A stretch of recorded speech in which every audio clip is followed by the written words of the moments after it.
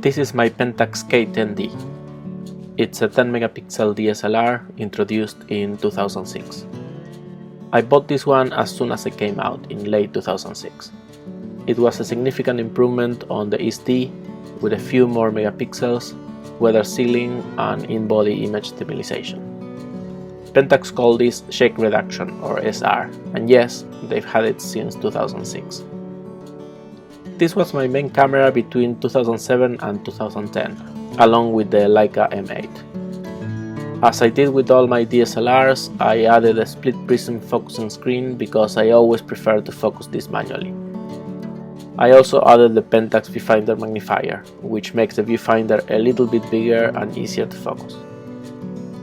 This camera is from before the era of what I call sweet spot cameras, that is, cameras that are now relatively cheap but they have modern controls and image quality.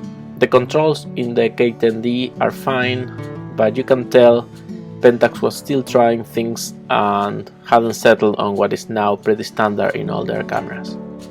The body is bigger than the SD it replaced, but at the time the extra resolution, the sensor stabilization and the weather sealing made it worthwhile.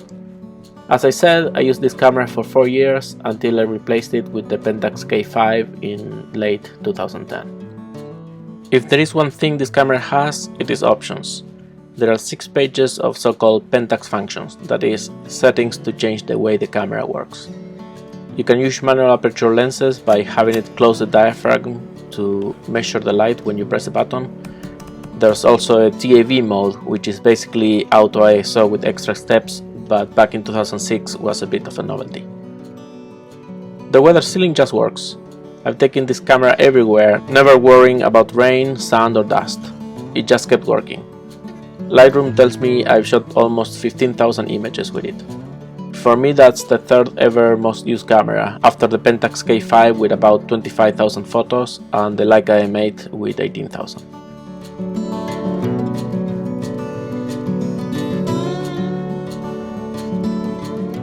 The K10D was an important camera for me as it represented digital starting to come of age. And in a way, it was the last camera before that sweet spot I keep talking about. It came with me on many trips and it helped me make some great photos.